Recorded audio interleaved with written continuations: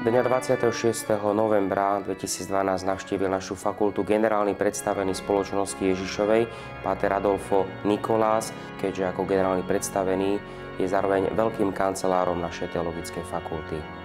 Pri tejto príležitosti začali sme spoločnou Eucharistiou, po ktorej sme na fakulte vytvorili priestor spoločného alebo individuálneho stretnutia sa s pátrom generálom a záverom bolo stretnutie pedagógov a zamestnancov našej teologickej fakulty s pátrom generálom.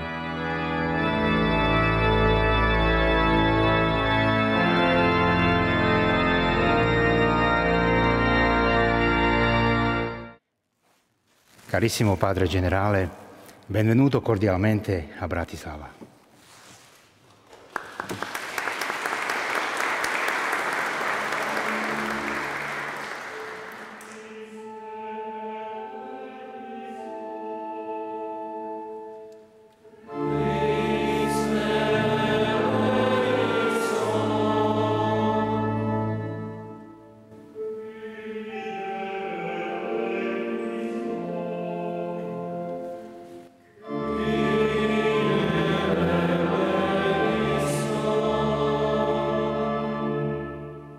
Poslaním našej teologickej fakulty je intelektuálna formácia. Prednostne najskôr to boli reholníci a reholné sestry, pre ktorých existoval Teologický inštitút svätého Alojza, ktorý sa transformoval na teologickú fakultu. A taká životná skúsenosť nám ukázala aj dôležitosť formácie laikov pre súčasné katolícke kresťanské Slovensko. Takže v súčasnosti formácia laikov a formácia reholníkov tvoria dva také piliere, na ktorých stojí naša fakulta. The key question is, who are these people? Kľúčovou otázkou je, kto sú títo ľudia. The white garment speaks of total and honest life. Biele rúcho hovorí o úplnom a úprimnom, poctivom živote. Total life implies sincerity. Úprimný život, teda úplný život zahrňa v sebe Honesty. Úprimnosť, poctivosť, Consistency in our life. a zhodu v živote. People who believe and live according to that faith. Ľudia, ktorí veria a žijú podľa svojej viery.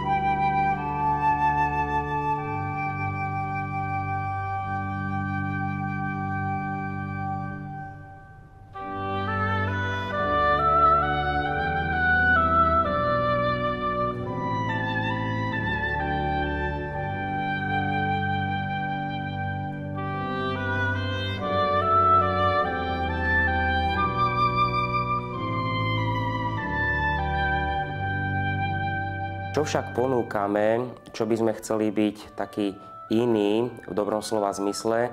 Je to ponuka také harmonickej celostnej formácie človeka, aby dokázal autenticky žiť. V našich fakultách ponúkame teda intelektuálny rozmer, ktorý je doplňaný o také ľudské rozvíjanie človeka, aby bol takým plnohodnotným, zrelým kresťanom. Church Street 1.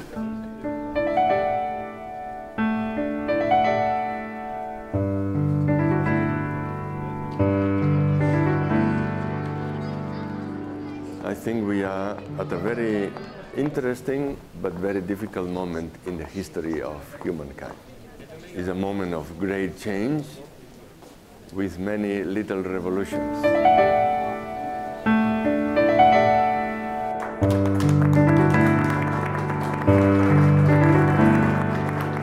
In the society now, we are trying to channel the energies of the council and the energies of the society to the priorities that we have chosen.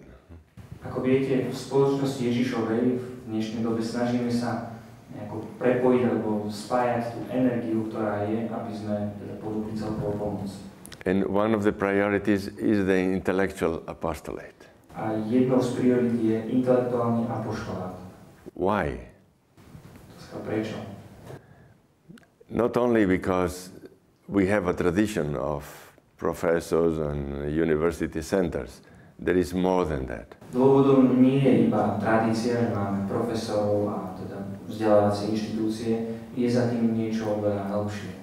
There is something that links our choice with Saint Ignatius and what he tried to do for the church. Je to niečo, čo prepája svätého Ignáca a teda s cirkvou a s jeho túžbou urobiť niečo pre cirkev.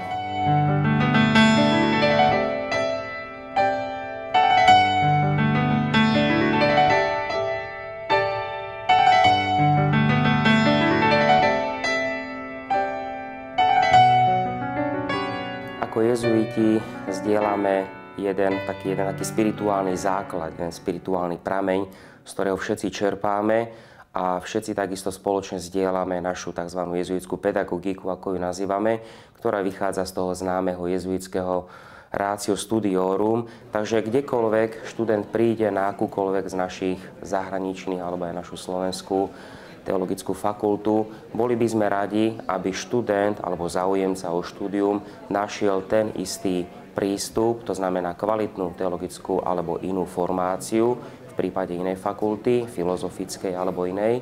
A potom takisto, aby našiel tzv. Cura personalis, to znamená dôkladná starostlivosť, ľudská starostlivosť o študenta, záujem o študenta, aby rástol aj po tej ľudskej stránke. Tak myslím si, že toto je taký ten jednotiaci prvok našich fakult, to znamená spiritualita a pedagogika a zároveň je taká určitá otvorenosť, ku ktorej nás aj pozýva páter generál, aby sme boli otvorení novým otázkam našej doby, našej spoločnosti.